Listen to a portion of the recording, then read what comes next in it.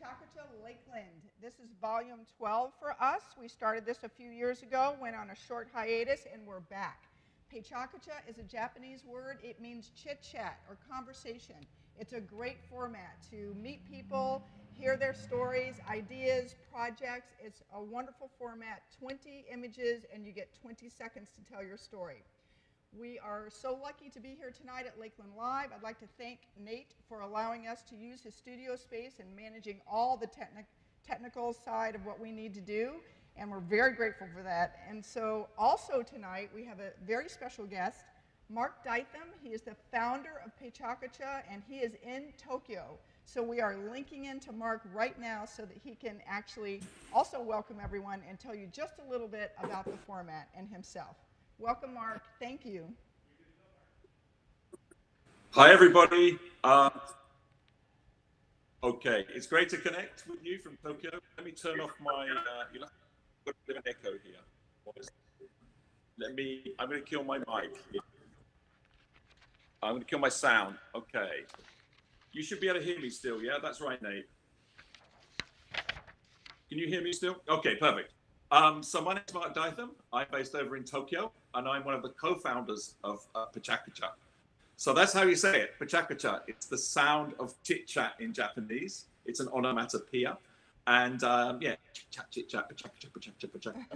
And we started this presentation format in 2003 in our gallery in Tokyo. I'm an architect, and in 2003, it was the dawn of digital photography, Keynote on the Mac, large plasma displays, and we started having these presentations in our architectural office. And every Monday morning, our designers would come in and show where they'd been on site during the week, if they'd been to a factory, or if they'd seen an interesting building. And we'd go through the images on the keynote on a Monday morning. It's really interesting. And we thought, well, why don't we expand that and see what other architects are doing? And we started this show and share evening in our art space. But you know what architects are like, they talk too much. So we restricted it to only 20 images shown for 20 seconds each. And about 70 people came to the first event, and everybody said, well, we'd like to present next week or next month. And we've been holding the events monthly for over 15 years now. And then in 2006, a funny thing happened, and people started saying, we'd like to run it in our city. People came to Tokyo, saw it there. And this format has now spread all around the world to an amazing 1,233 cities today, including your fantastic city. Thank you. Thank you so much for joining the creative movement. It's been interesting because it's really, you know, a stage for the world, a speaker's corner for the world, and anyone can present. And, you know, everyone's got a story, whether it's your skateboard collection, whether it's, you know, your child's thesis presentation. Then there's so many things you can present. And there are lots of other formats out there that tend to be very top down, if you know what I'm saying. But we're very bottom up and very community based. And although it's a very simple format, 20 slides, 20 seconds, the community it's generated is really, really important. And that's why at the moment we're running this Inspire the World campaign, and linking into cities like yours, and trying to find out what's going on, what's the creativity that's coming out of this very difficult moment. Before in Japan, we had the earthquake and tsunami back in 2011, and we ran an Inspire Japan event there. Japan's inspired the world, and we felt it was important to try and inspire Japan back, and we held all these events around the world. And we're doing the same now, and so we're really keen to hear, you know, how COVID and the pandemic has affected Lakeland and all the cities. And it's been incredible that during this moment of social distancing, this has brought PechaKucha closer together. We held our first online event on the 9th of April. And since then, we've held nearly 30 events like this, or connected to 30 events like yours. And it's been really amazing to get a snapshot of cities. And I was just on a call with Knoxville a few days ago, Providence, Rhode Island, and Orlando just up the road from you guys. And it's really interesting. I'm getting a real state of the nation, because you don't get that on the news anymore. I don't think we can call news anymore. So PechaKucha is really becoming, you know, a very important news source, information source. So the reason it's 20 slides, 20 seconds is because I talk too much. So I hope to drop back in again at your next event and give a presentation. I want to say a huge thank you to Nate and Cynthia. We pulled this together a few minutes ago, and fantastic. So have a great night tonight, guys. It's 9 o'clock in the morning, 9:15 in the morning here. So have a great event, and it's brilliant to connect. And see you soon. Keep those masks on. Japan's kept their masks on, and we've just come out of lockdown. So good luck, safe everything to you all. Thank you very much, Mark. Coming back to you, Cynthia. Thank you, Mark. What a great thing to be able to see you and meet you virtually. So appreciate that. Yes, we should be wearing our masks just like they do in Japan. They always have for probably decades. So I think it's a great idea. So also, I appreciate everyone who has received a ticket tonight, who registered online and got a ticket. We're asking for a $10 donation for platform art. That's really the price of the ticket for PechaKucha if we were able to do that live. So thank you for doing that. And we have our first presenter coming up, Tahir Hamid. And he's doing a presentation tonight from boring to bold. So Tahir.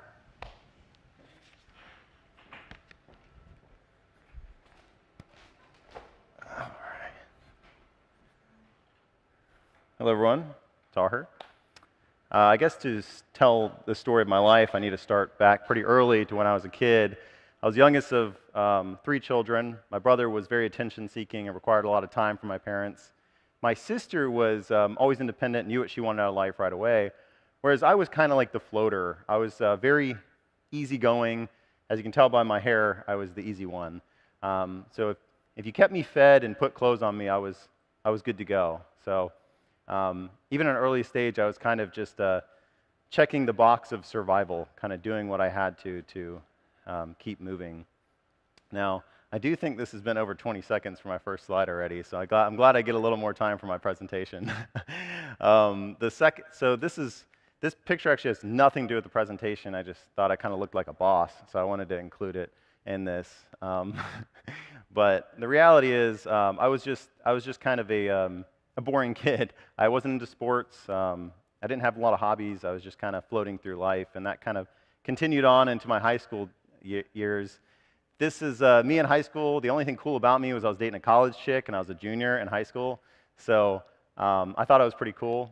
However, I don't know why I thought my fro was cool, but at the time I did. So from an early age, I started drinking and kind of just getting the things I shouldn't be getting into. I was, smoking weed and smoking cigarettes and drinking more than I should have, waking up with hangovers. But again, I was kind of floating through life, so I was getting good enough grades to be accepted into college, and that was the plan since my parents kind of had that expectation. So needless to say, my life can be defined as very boring. In college, me and Lindsay actually had to split up, and we went to separate colleges across the state, which was difficult for me because she was kind of my rock and my foundation in life. So when we moved, I went further down the path of rowdy, wanting to party and getting into trouble. And I remember feeling very sad as a person because visually people thought I had a lot, but inside I knew the opportunity I had as a person, and yet I refused to go through my potential. I wanted to drown it out with alcohol and do things I shouldn't. Until one day that all came crashing down when I ended up in the hospital for acute pancreatitis. And when I showed up to the hospital, the doctor said that my lipase levels were twice what he has ever seen in his entire career. So needless to say, it was really bad. And the diagnosis or the treatment is NPO or nothing per oral. So I wasn't able to eat or drink anything at all. It was mainly just liquids through an IV. And like I mentioned before, Lindsay was my rock, and she'd helped me so much through this time and was there every day and night. I'll let you come to your own conclusions of what she's about to do with that little thing there. But it just shows the extent she was willing to go to help me out through this time. There was a time about 4 weeks in when I really was, I knew I was going to die. Like I had in my mind, I was like, this is the end of me. And, it's been a great journey. I'm happy with what I had a life, but this is it. My liver was failing. My pancreas numbers weren't getting better. This is a picture of me where my whole body was jaundiced and yellow. So I was convinced I was out the door, but me and Lindsay really prayed, and we said, God, if you give me another chance, like if you give me another chance at life, I'll make sure it's not boring. I'll make sure I get the most out of what you give me. And so we prayed, and Lindsay actually found something wrong that was with my treatment. She made a change, and we actually found out my gallbladder was causing the issue, and I got a surgery, and within just a couple days from that last prayer, I was out of the hospital. And this is me just a day later, the sun hitting my skin for the first time in a month, and it was life-changing. I remember the first movie I watched coming out was called The Martian. And I don't know if you've seen this movie or not, but it tells the story of a man trying to survive. And over time, he's losing weight and he's becoming less and less of a human. He's skin and bones. But he makes it out and he survives. And I remember thinking, wow, that parallels my life so much during this time. And I was bawling and crying. Lindsay came to me, she said, "Are you in pain? Do we need to go back to the hospital?" I said, "No, this is my feeling of relief. I feel like Matt Damon that just got saved." So needless to say, the first thing I did was to propose to Lindsay because she had proven early on that through sickness and health, whether, even before she needed to. So fortunately, she said yes, obviously, thank God.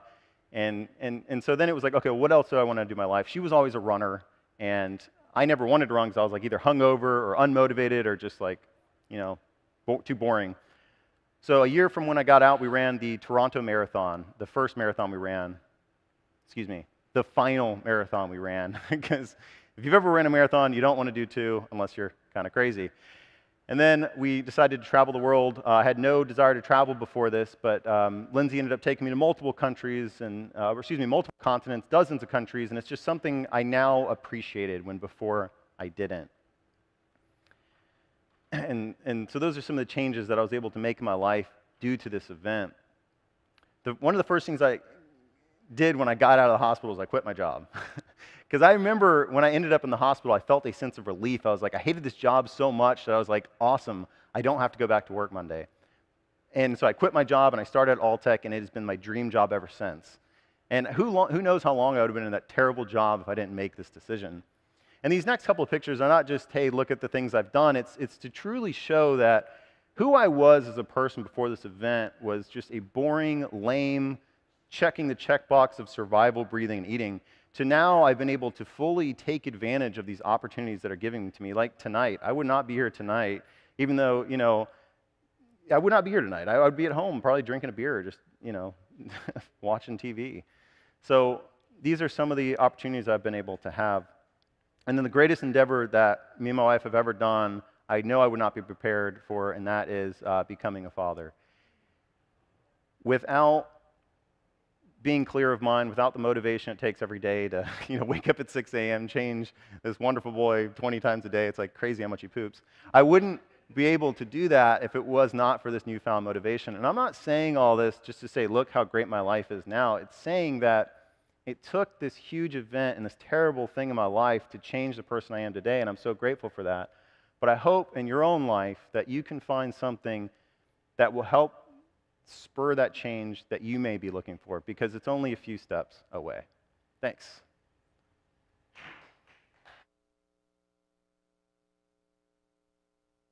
The work you are about to see comes from a time of great structure and productivity fueled by a deep bond with my muse.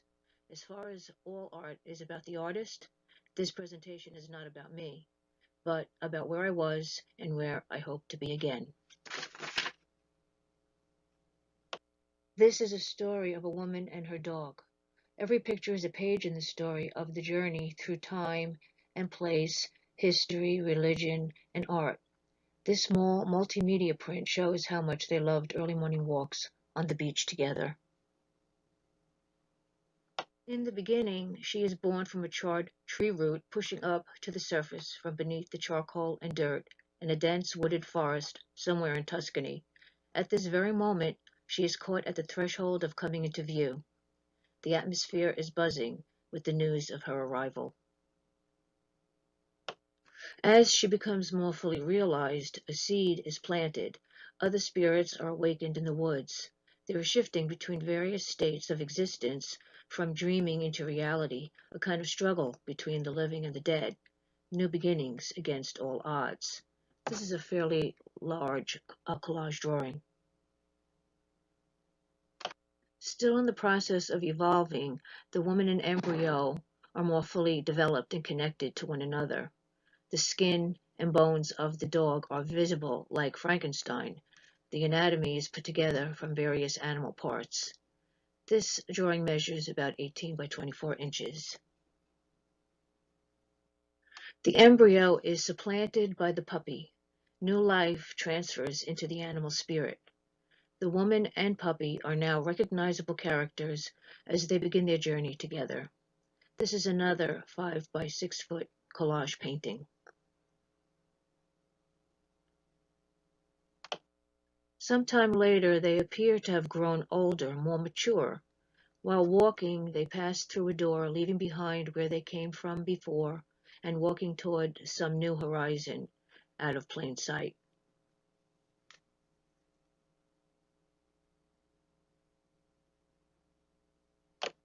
They discover a vast, beautiful seashore filled with other people, wild horses, and birds. The air is breezy and warm, perfect for a nap and dreams. The dog chases the bird. A man and woman are leading horses to drink before taking them for a ride. This is a large black and white mural made of 3 shaped panels. Inspired by El Greco's dream of Philip II, The Adventures of Ruth and Her Dog. Each multi-shaped panel represents a step from hell into heaven. The journey begins at the bottom, in the mouth of the demon. They next come before the tribunal of high priests and priestesses, where their sins are absolved, and then rise up to their salvation. A trip to Venice inspired this triptych of canals, acrylic on paper. Venice is full of spirits, in and out of the water. Angels fly above, while bodies float below. The archangel is present to assist the passing of the spirits between realms. You feel them among the living everywhere. You only need to walk through the streets and cathedrals to find them. Venice House serves as both a villa and a gondola, oil on wood panel construction. Its balcony facing out toward the canal where gondolas pass by on their way through the city and out to the sea. Sea breezes find romance as they pass and wave.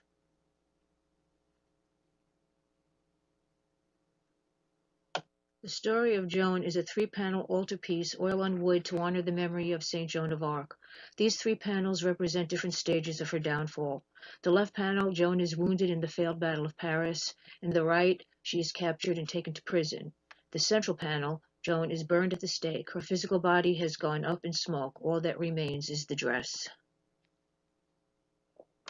On the reverse side, there was uncertainty whether to continue the story as it was told or to change it, to modernize the image of Joan from sainthood back into womanhood as a symbol of earthly feminine courage and strength who stood up for her ideals.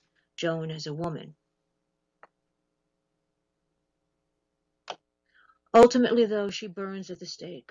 But there's a crowd of men and women who see the flames and rush to her rescue from the bridge behind her. Men and women jump in the water to swim to her. On the hill, a man rushes up. A woman runs from a car to get there in time as her dog faithfully waits below her feet. Once they reach the top of the hill, they take her down from the stake and throw her into the water. Her dog jumps in after her. The flames are doused as they struggle to reach for something to grab onto, reaching up toward the light from above. A man looks down. The ending is unresolved.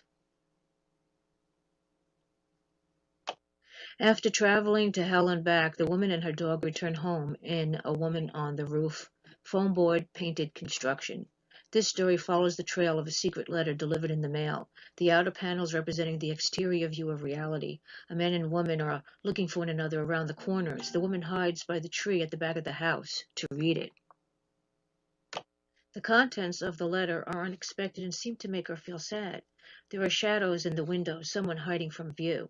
The bird lunges down with a piece of the letter in its mouth, while the dog looks up at the window.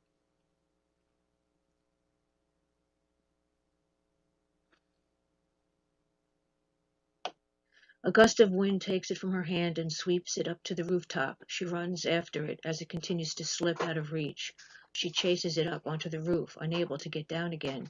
She's frozen, clinging onto the tiles and tree branches, afraid she'll fall if she lets go. The interior view represents the world of dreams. Like in a dream, it's unclear what's happening. Is that a beach ball or a boulder? Are they playing or is that an assault? What is that flying in the air? Who is that woman looking out the window?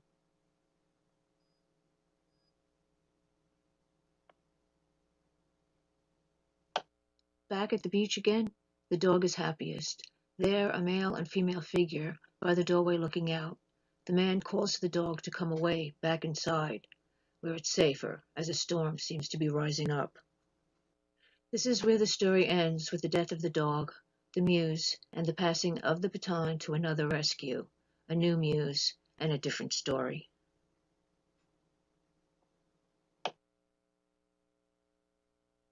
So Deb, what a wonderful artist, and thank you, Taher and Deb, for giving your presentations. And I don't know if the audience can tell, but Deb's presentation was actually pre-recorded and then sent in. So the next person we have here is live, Rebecca Fortier, and she's giving a presentation on fake news.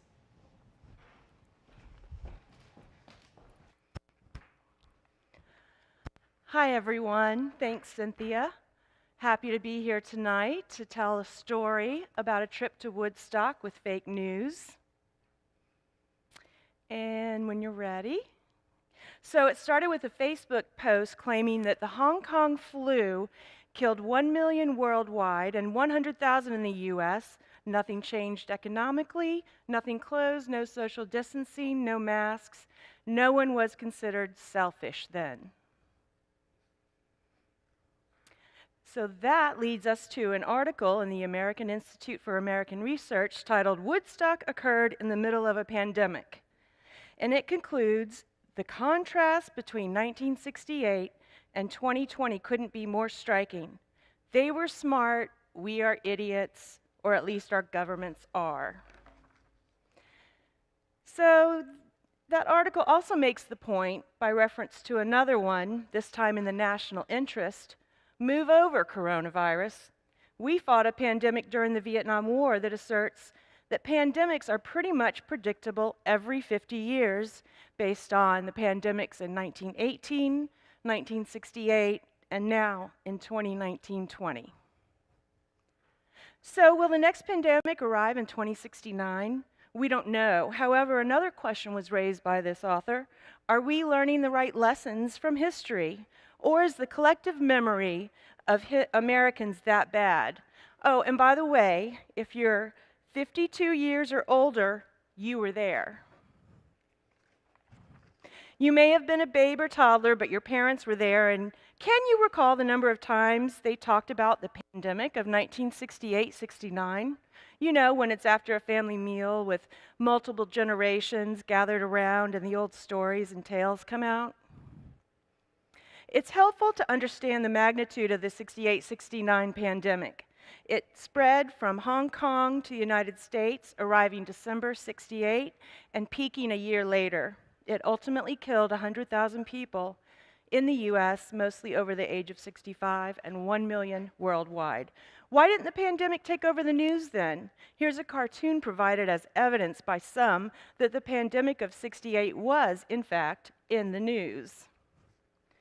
One reason that was given as to why the pandemic of 68-69 didn't consume media is because there were other more newsworthy stories. The moon landing, Vietnam War, cultural upheaval of civil rights movement, student protests, and the sexual revolution. Also, history shows us that the 68-69 pandemic didn't crash the economy and there was no national shutdown. However, if it would be possible to extrapolate the death data based on population and demographics, we might be looking at 250,000 deaths today from this 68-69 virus. With all of this in mind, since Woodstock was held between peaks or outbreaks, or smolderings as they were called then, the claim that Woodstock occurred during a pandemic was finally found to be misleading by the Reuters fact-check team. As one of the Woodstock organizers, Joel Rosenman, told Reuters by email, the pandemic was in the rearview mirror. It was during this time, not during the pandemic months of the previous winter, that we created Woodstock. without so much as a thought about pandemic. It wasn't until the next flu season, several months after the event, that we all found ourselves in a horrifying deja vu flu. Some people say today that the COVID-19 is a reset or a needed pause of our overdrive lifestyles, and that it will bring about positive change. I hope so, but then again, I'm an eternal optimist. Maybe pandemics should not be the black swans they seem to be. Can we find opportunities? We stack our week with gatherings and entertainment. Suddenly, all of that is canceled or forbidden, giving us significant amounts of extra time. This shows us how easy it is to clear our calendars. The fact that coronavirus disrupts our day-to-day lives provides an opportunity to reflect on things we do and reconsider what we do, how we do them, and why. We can rethink our habits and routines and make changes. The virus forces us to make changes that we might want to keep after the crisis. It has also forced many organizations to break through rigid systems and act instantly. Procedures can be skipped or accelerated, rules sidetracked, and decisions made more autonomously. It shows that as soon as there is enough strong stimulus, things can change. It also provides an excellent opportunity for resolving one of the most disliked parts of organizational life, the meeting.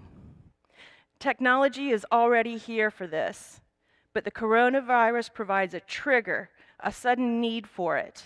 The real opportunity here is to make systematic changes that stick.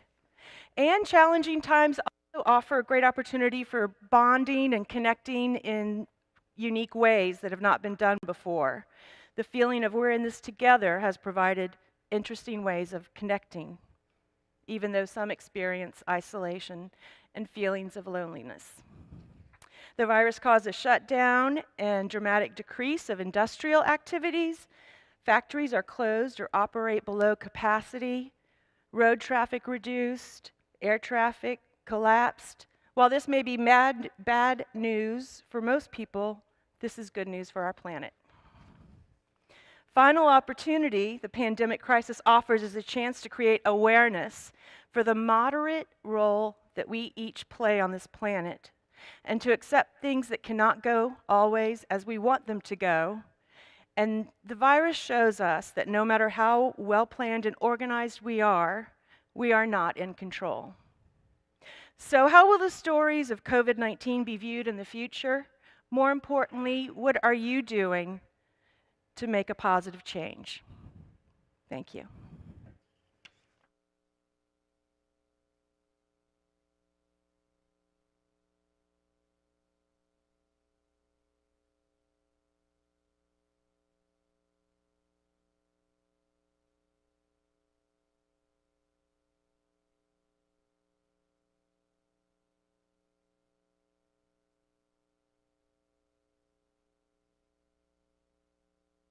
Why would I want to buy a house in Morocco? For me, it was not such an odd question because I had bought a house 30 years previously in Lakeland for the very same reason. In 1981, I joined Davy McKee when Lakeland was the center of the world phosphate fertilizer industry. In 2005, I had a fertilizer project in Morocco, the new phosphate capital. Over the next 3 years, I went there 36 times, and about halfway through, I thought it might be a good idea to have a pad there. I stayed in Al Jadida, 90 kilometers down the coast from Casablanca. Al Jadida held one of the first Portuguese settlements in Africa, and in 1514 they built a star-shaped fortress with moats and ramparts. Retaining much of its original character, the Portuguese city, or Mazagan, is now a UNESCO-protected World Heritage Site. The fortress has 5 bastions and 3 gates. A sea gate forms a small port within the northeast rampart. The main entrance in the south rampart originally connected to land via a drawbridge. A moat about 20 meters wide and 3 meters deep once completely surrounded the fortress. Among the best preserved buildings are the Catholic Church of the Assumption, the Spanish church, and now a private home, and Our Lady of the Assumption, the Portuguese church, now a hotel. The mosque is very active and boasts a unique 5-sided minaret. There is also a synagogue that is being restored. The city's most famous attraction is the cistern, used as the location for the fight scene in Orson Welles' film Othello. In the center is an overflowing pool that leaves the floor covered in a thin layer of water. The shaft of light from the ceiling causes reflections and shadows that change as the sun moves overhead. Many of the houses in the city had been abandoned and had no clear title. I found a house with a title and a single owner who wanted to sell and buy a farm. The transaction took place with a notaire. A sack of 100 Dirham notes was handed over, and Darmu's a deer, 16 bis, Rue 8 was mine. The house was occupied by an extended family of 3 generations. On the ground floor was a common kitchen and living area. Above were 3 floors, each a self-contained unit for the owners, their children, and their parents. Each floor had a room that functioned as a living room and bedroom, a small kitchen, and a bathroom. There was enough natural ventilation to keep the house cool in the summer, and just a small heater in the bedroom was enough to keep the chill off in the winter. The top floor, the terrace, occupied by the youngest generation, had an open-air bedroom, a toilet, a place to cook on a charcoal-fired tagine, and a view of the city walls and ramparts and the Atlantic Ocean. Work began in the kitchen, but the address of 16 bis should have been a clue to the first problem. Bis means half, and I'd bought half of an original house. My neighbor had the electricity meter. It took 6 months to get my own. In the kitchen, we had to remove a lot of unnecessary walls, take down a false ceiling, tile, put in larger windows, a fireplace, and completely rewire and replumb. The stairway was opened up, which brought in more light from the central shaft that also served as natural ventilation. Donkeys still play an important role in life in Morocco. They make deliveries carrying groceries, propane tanks, and sacks of spices to stores and your front door. I had to hire a donkey cart brigade, as this was the only way to get through the narrow passage to the house to haul away rubble. For the bathrooms and showers, we had some craftsmen from Marrakesh move in to install tadalak, a traditional Moroccan material composed of lime plaster and black soap made from olives. When the ingredients are mixed, it creates a waterproof membrane suitable for wet areas. The house is only 400 square foot on the ground floor, so much of the space is taken up with stairs, and they get progressively narrower towards the top. I tried to even them out as much as I could without losing the original character, and added LED lighting. The second floor got a new kitchen and a sit-down toilet, a sink and a shower. The previous door was about 5 foot high, so had to be enlarged. The bathroom was again finished with tadalak. On the terrace, we enclosed the bedroom with sliding glass doors and enlarged the windows to give a better view of the walls, the port, and the Atlantic Ocean. The work is never completely finished, and my second builder, Tibari, looks after the house, pays the bills, and does any repairs while I'm away. Walking through those gates is like stepping back in time. The noise from the street dies down. Neighbors are chatting at street corners. Kids are playing in the streets. The souk has 20 kinds of olives. I can choose my own chicken, and now there is a wedding in the street. It's always sad to leave, and I hope I can travel there again soon. Here's looking at you, kid. You must remember this. A kiss is just a kiss. A sigh is just a sigh. The fundamental things apply as time goes by. And when two lovers woo, they still say I love you. On that you can rely. No matter what the future. Thank you. both Rebecca and Martin. That was great. Martin was another remote presentation that we gave. And I'd just like to remind everybody to go online if you can and support platform art with at least the price of your ticket. That would be a great thing to do. And the same thing with Lakeland Live.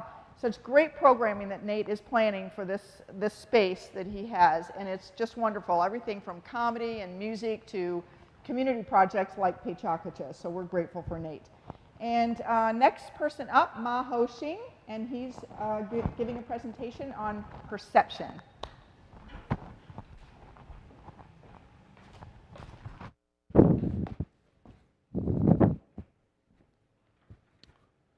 Thank you, Cynthia. Thank you, Nate, for all your wonderful work. So I'll be talking about, my name is Maho Xing. I'm a trained architect, landscape architect, but I prefer to be known as an artist. I believe that being an artist is more encompassing, and it covers the breadth that the work that I actually do. So perception, what does really perception mean, and how does it affect us? For all we know, we live on one planet. But on this one planet, there's many different worlds based on what you believe. And because of those beliefs, it generates a certain dynamics in how we behave and how we treat the planet and the end result of our total interaction. So when we look at something, what are we actually seeing? What are we seeing is very much colored by our upbringing, our view of the world, and as a result of that, our actions is affected accordingly. What are we saying to ourselves? What are we saying to our inner person, as well as what are we saying to each other? These issues are very important, even though they're not really conscious. They're not at a conscious level in which we're dealing. But they do affect how we treat each other and how we treat the world. Talking about that as well, we have the issue of how it affects us collectively. For instance, how our government structure is operated. Most of the time, we believe that we should keep to ourselves and let somebody else worry about the big issues. But those persons worrying about the big issues don't necessarily cover our interests. So most of the time, what we do, we try to carry the world, manage the world by ourselves, and in so doing that, it creates an aberration in how we experience the world.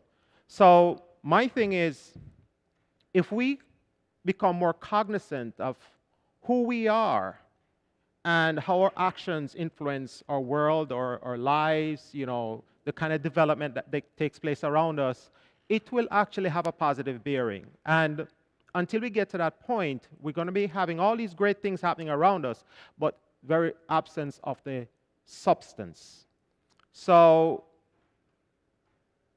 most of the time we spend looking at our small scale, you know, oh, I'm not worried about anything out there. I'm just thinking about what is my little world. But that is not the real story. The real story is your little world affects the bigger world. And as long as you're aware that your world is affecting the bigger world and you act from a mindful position, it will ultimately change. And it doesn't require big government to change things. It requires us on our small individual scale to make that small change, which is going to translate into the bigger picture. As far as some of us concerned, our worlds are very confined. We are getting to a point now where our world are so claustrophobic that it doesn't relate to anything else outside. And because of that, we withdraw. We said, that's not my problem, that's not my issue, it's somebody else's issue, somebody else's problem. And as a result of that, it's affecting our environment. It's affecting our environment to the point where it is coming back at us in ways that are harmful to us. And until we recognize that we are tied, not just to our little world, but to the environment at large, and be willing to do something tangible about it, then we will always be making regressive steps. Even though we're technologically moving forward, the collective benefit is not being realized. So my personal experience is I've been volunteering with a Zoning and Planning Commission for the past 10 years, and I've seen a lot of things. I've seen a lot of things that can go wrong when you leave things up to one set of person or one small group, a lot of things can go wrong. So having divorced ourselves from the big picture is not a positive thing. What we're seeing right now in Florida is that we're having all these massive developments, and the more massive developments we're having, they're tearing out the landscape, they're degrading the soil and the environment at large, and it's having, even though we have our big houses and so on and so forth, the effects of it is bad because we're poisoning the water line, we're removing the trees, and all of those things are coming back to affect us in ways that are not very wholesome. So my thing is we need to be engaged. From whatever perspective you think you are or where you think you are in terms of the world you occupy, we need to be engaged. We can do that from a mindful place, or we can do that from a very nonchalant and disconnected place. And I think being mindful, being aware of who you are, what you do in your small world, you don't have to solve the world's problem, but to be impactful in your own small way, it will translate ultimately. COVID has taught us a lot. COVID has taught us that there are things that we thought was beyond our control that is really in our control. It has taught us that we can come together in ways, we can transform and we can make differences in ways that we never thought before. There's a lot of technological changes and advances that is taking place, and as a result of that, our entire inner and outer world is being transformed. And I think we need to be mindful, pay attention of what is happening, and look forward to the future.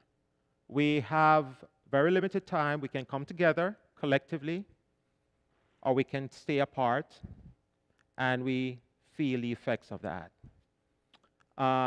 This is a wonderful, beautiful world. It's one planet, and ultimately our many worlds, I think, will come together to provide solutions instead of continue the degradation that we've been experiencing. We need to learn that, and we need to learn it well before it's too late. Thank you.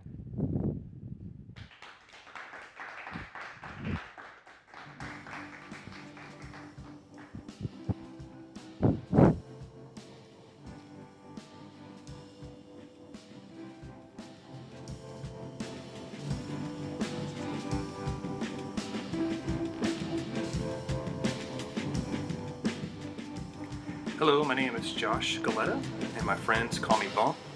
Just want to share my story with you guys today.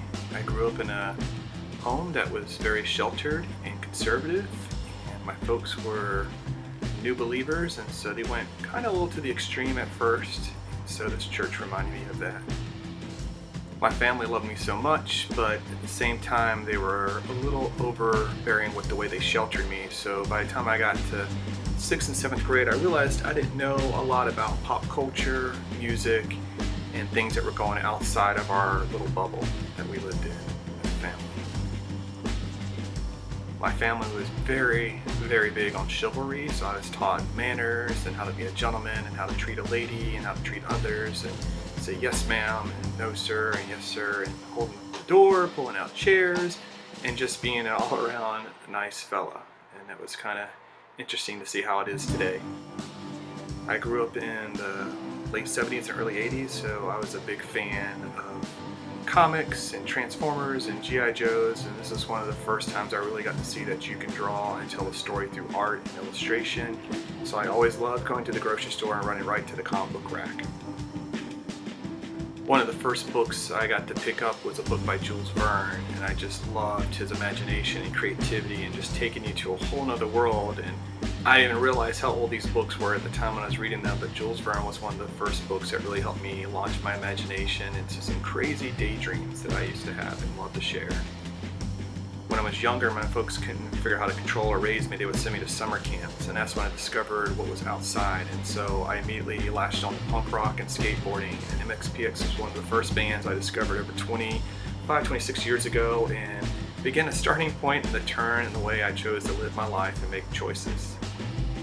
But like all young people, we got to learn that there are boundaries, we got to push the boundaries, and so I went to an even farther spectrum of learning about hardcore and metal. And this is one of my all-time favorite bands known as Zayo. And if you never listen to anything like this, I encourage you to stay far away because it will definitely give you goosebumps, but I still love them today.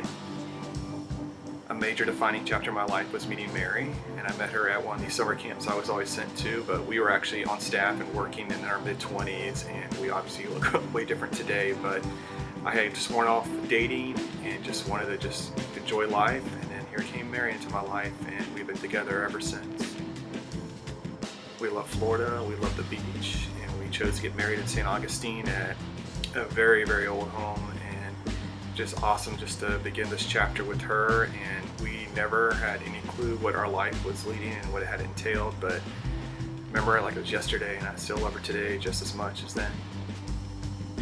For 20 years, I had an opportunity to serve as a youth pastor at just 2 different churches, working with teenagers and just kind of listening to their stories, their pain in their life, and just trying to share any type of help and love and encouragement that I could. And there was a lot of highs and a lot of lows, and it was a big chapter of my life.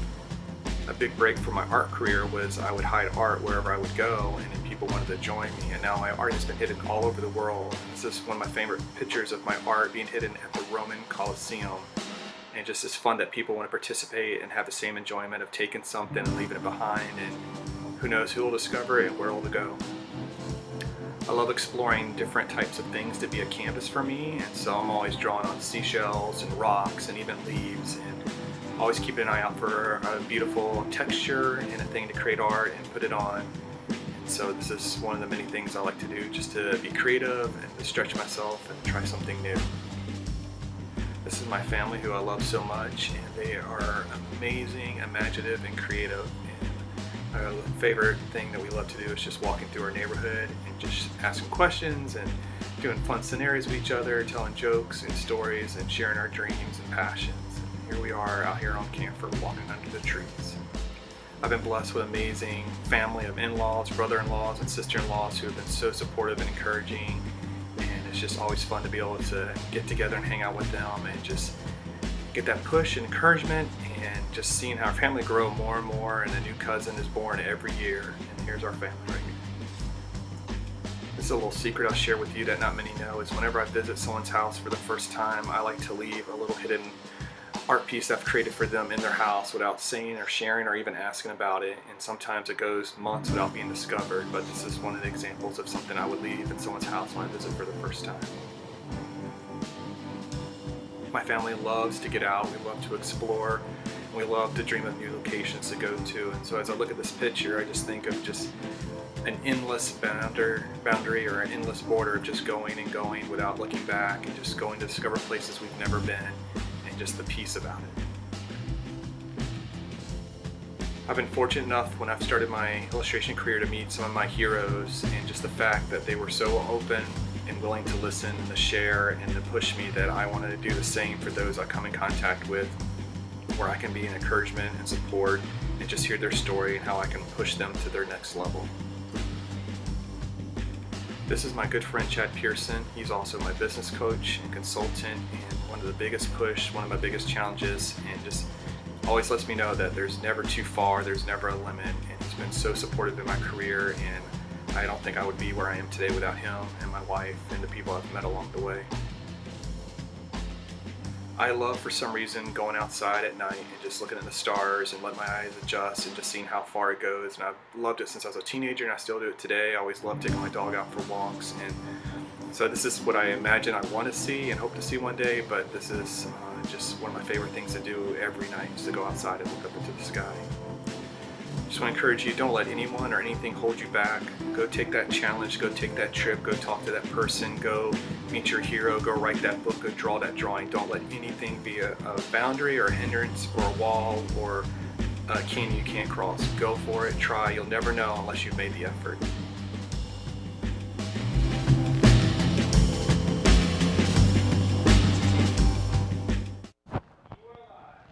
Maho, thank you for that presentation. It was really inspirational. And Bump, you're amazing. That was a pre-recorded presentation from Bump. And here we go for our next one. Let me just tell everyone that we will be putting these presentations up on the PechaKucha Lakeland website. There is a website for that. We'll send a link out. You'll be able to find it and see it. And next up, we have Julie Burford giving us a presentation on the life and times of the Florida burrowing owl. Julie?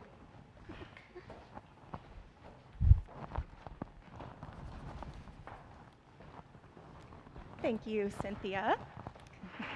So my name is Julie Burford. I am by trade a wildlife biologist, but currently an environmental consultant here in Lakeland. And my passion is the Florida burrowing owl. And this presentation is I'll try to throw in a little humor, but this is to teach y'all about a species that a lot of people don't know exist. So the Florida burrowing owl was first identified in Florida in 1874. This is our artistic interpretation of what they look like compared to a picture that I took in the field. They're not as chunky as that, but as they originally identified, but they look pretty similar. So today, burrowing owls are about the size of a Coke can, is the good way to describe it. And they live in pairs of 2, and they're diurnal, which means they're out during the day, unlike most of the owls are used to that only come out at night. And they have burrows in the ground like this. Typically, you're seeing the ones on the left, nice, sandy, open burrows, but sometimes they'll use artificial burrows, like the one on the top. We've got one going into a pipe, PVC pipe, and then another one that's actually burrowing underneath a rock. So historically, burrowing owls would have inhabited dry prairie. Dry prairie was primarily in central South Florida, but over the years, we've kind of lost this habitat, being converted for development and for agricultural purposes. And you can see here in the map, originally on the left, that's where all the dry prairies were in the state of Florida, and in theory, where we would expect burrowing owls to have inhabited. On the right is the distribution of burrowing owls today. They've expanded, but it's not always for the best reasons. They're utilizing a lot of urban development because it somewhat mimics that dry prairie habitat. It's short, grasses, very open, not a lot of trees. That's what they're into. And this is actually a picture, I believe, from Marco Island. But they also like pastures. And if you can tell in the bottom corner there, we've got a burrowing owl being inspected by a herd of cattle in Okeechobee, Florida, which is my interest, are the agricultural cattle. And there's a stark difference in what burrowing owls in urban areas, like in these pictures, they decorate their burrows with. We've got dog poop. We've got dryer lint, cigarettes in the top left corner, about 100 cigarettes. And then on agricultural lands, burrowing owls are kind of metal. They put bones in front of their burrows. They decorate with the limbs of their enemies. On the bottom corner, right, we've got about 16 frogs. I have no idea what the purpose of that was, but 16 frogs lined their burrows. They decorate. It's pretty cool. And they are actually really into feces, to believe it or not. There's a few theories of why, but one of them is funny in that they use cow patties as a perch to elevate themselves to see better. So threats to burrowing owls are pretty extensive. We have direct threats like this. This is in development areas where people are actually throwing rocks into their burrows to prevent them from coming out. It's called entombment. Of course, burrowing owls love undeveloped lots. And then one day those lots are going to be developed. Residential development is a huge threat to the burrowing owl.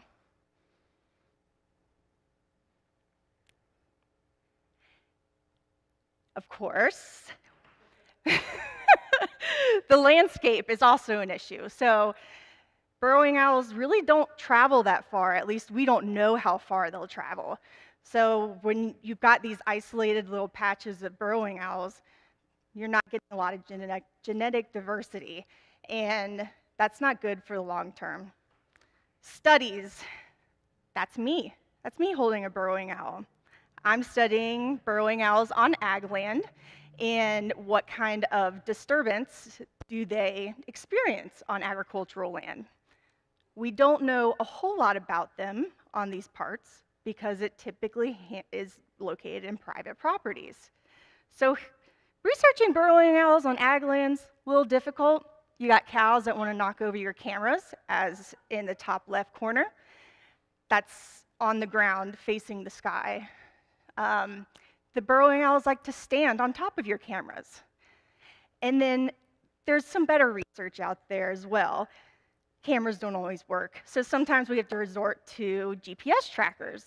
And this is super critical in finding out where the burrowing owls are going every year, what their life expectancy is, how far they'll travel, and it helps with management in the future.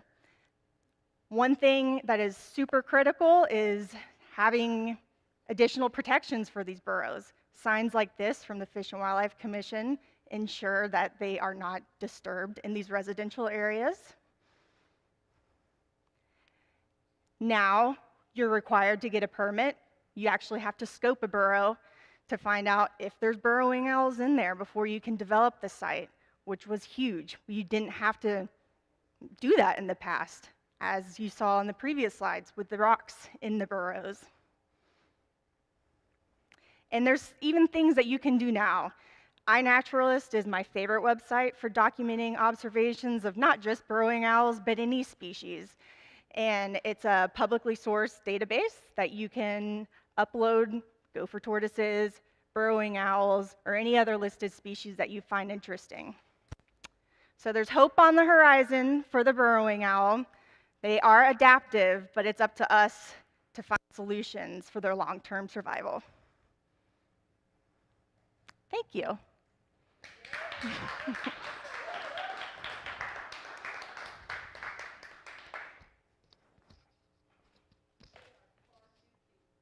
They are super cute.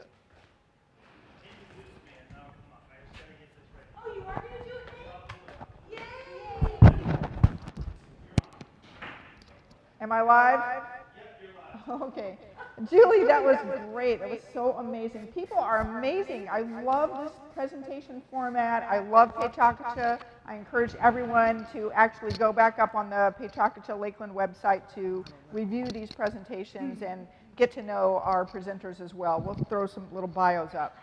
So now for our last presentation, Nate Fleming has actually prepared something for us. This is a little tricky because that means somebody else has to be pushing the buttons. So, okay, here you go, Nate. Okay. Yeah. Oh, I can hear myself. Awesome. Wow. Great. This is going to be fun.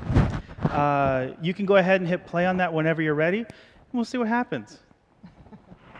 All right. Is it playing?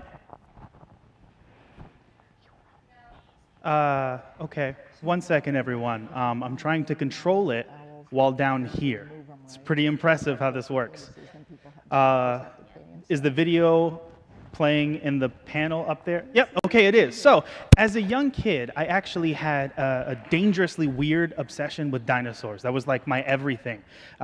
In this photo are dinosaurs from all different eras, actually, and I loved them so much. Like, I wasn't into cars, I wasn't into like dirt or mud or anything. It was like just dinosaurs. And the movie that really kicked it all off for me was The Land Before Time, which I know is like super dark and sadistic because the movie literally starts with the mom dying. But I mean, it restarted to little cute little me. It was already playing, so just, yeah, you're good. We're gonna start back from cute little me again, and I'm just gonna repeat everything about my weird, terrible obsession with dinosaurs. But I started small, loving life and not having this weird outlook on dinosaurs. Now, since it's the same slide again, in this you can see a brontosaurus, you can see an apatosaurus, a tyrannosaurus rex, an iguanodon, ankylosaurus, parasaurolophus. You've got an ornithomimus, stegosaurus, triceratops, a velociraptor, oviraptor, like a whole bunch of different dinosaurs. Now, this is not me reading it. This is just the top of my head. Like, when I tell you I had an obsession with dinosaurs, it was crazy. Like, Littlefoot was my everything when I was a kid, and I always wanted to eat big leaves, mainly because, like, I loved big leaves. It was like I loved big leaves so much. And that's kind of what led to the next logical conclusion in my life. Basically, I wanted to have a pet dinosaur. And as a conservative Christian, when I was younger, and about 8 years old, I was praying every single day for this to become a reality. And finally, I realized it's not going to happen. It's not, because the problem is I'm not praying properly.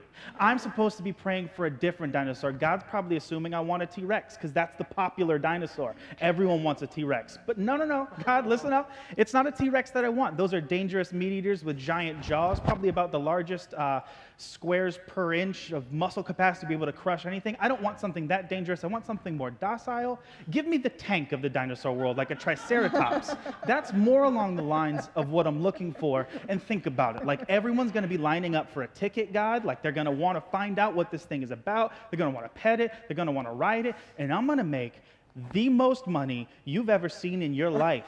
And no, I'm not going to keep the money for myself. As a matter of fact, I'm going to use the money to help those in need. My parents. Because for some reason, no matter how hard I try, they are incapable of just outright buying me a dinosaur. I don't know why. This is weird.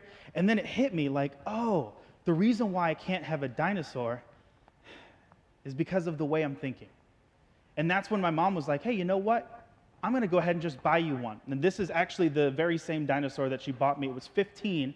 I don't know if any of you saw the BBC series titled Dinotopia. It's a real BBC series. And then when I did more research into BBC at the age of 12, the reason why I didn't get the dinosaur was because I wasn't respecting the dinosaur's rights. That there is an ornithomimus conversing with human beings. That ornithomimus has a British accent, and this is a real television show that I could probably quote line for line to this day. Oh, gosh. All that aside, the show, or the movie that really kicked it off for kind of everyone's love of dinosaurs was the groundbreaking special effects in Steven Spielberg's Jurassic Park. And the cool thing is, throughout all this time of me learning about dinosaurs, I keep realizing brand new things about dinosaurs, about myself, and it keeps changing to the point where my very favorite dinosaur, which is the Parasaurolophus, which is this one right here, it's a hornbilled lizard. Dinosaur stands for terrible lizard. This one is my favorite. It's a herd, herbivore. It's a group of people. It's got a bill. A lot of scientists say that this bill is for mating. It's like a horn. But it wasn't until I got this book called Dinosaurs by Design. It's specifically an anti-evolution dinosaur book. I was still a conservative Christian at the time, and in this book, it had something revolutionary that opened my mind to the fact that things do change. Just like our idea of dinosaurs, things do change. And my idea of the Parasaurolophus also changed, because in its chamber, it houses two things. It's a bicameral chamber, which means that it could have possibly the powers of a bombardier beetle, which means those two chambers react with air and it could breathe fire. Parasaurolophus is more than likely a dragon. Isn't that crazy? Oh, yes. Isn't that crazy? That's why it's my favorite. Okay, but the thing is that all this is stored in my head. All the changes that dinosaurs go through. I mean, they've been dead for millions of years. You're probably thinking, how much can they change? Well, if dinosaurs can change, people can change too. Now, I'm just gonna go through rapid fire in the next 20 minutes, a couple of controversial dinosaur topics. So stick with me, everybody. This image right here is two different images of a Spinosaurus, right? The first image, which is the larger one, is actually an incorrect image as of a couple of weeks ago. The bottom right-hand image, or bottom left, that actually has a tail that has a sail all the way to the end. Spinosaurus, they found out literally a couple weeks ago, can swim underwater, completely changing what people believed of the Spinosaurus. These two photos, not the same dinosaur, but in 1903, they had a battle believing they were the same, an Apatosaurus and a Brontosaurus. You can't tell which is which because they believed the bones were the same. It wasn't until about a decade ago that they realized they were actually two different dinosaurs. For all this time, they've been believing a Spinosaurus couldn't swim, same dinosaur, and that dinosaurs had scales. Spoiler alert, people, they're giant chickens. Dinosaurs had feathers. They were more closely related to birds than they are to reptiles, which is why this photo is a more accurate representation of dinosaurs, completely upending my entire childhood. Yes. And that's the thing. I used the exact same image as you, Rebecca. Don't worry, I already know this. We Googled the same thing. Basically, just like dinosaurs, even though they've been around for millions of years, have a propensity for change because we're always finding new information and accepting that the old way is wrong and the new way is right until the new way is proven wrong and the old way is proven right. It can go back and forth forever. And that's the coolest thing about being someone who is obsessed with dinosaurs, because at any moment, even though they're just gone, I could learn something new. There you go. That's it. That's it. Yay! Yay! I'm gonna clap. I'm gonna go ahead and thank you all for watching. I'm gonna invite Cynthia back up here with me. She's clapping for me right now, everyone. Yeah. I apologize. Yeah, we'll keep it. But thank you all for tuning in, and thank all of you presenters. You guys are like, you killed it. There's so many things that I didn't know, specifically the things about Tahir's life. I didn't know any of that. I learned so much about your life. That was awesome. No, this was really fun. Thank you for Thank posing the you. idea of Thank this. you for being able to pull it off sort of at the last minute. This is amazing. It could all happen. You guys are awesome. Please support Lakeland Live, Platform Art, and we're good to go. Thank you. Thank you.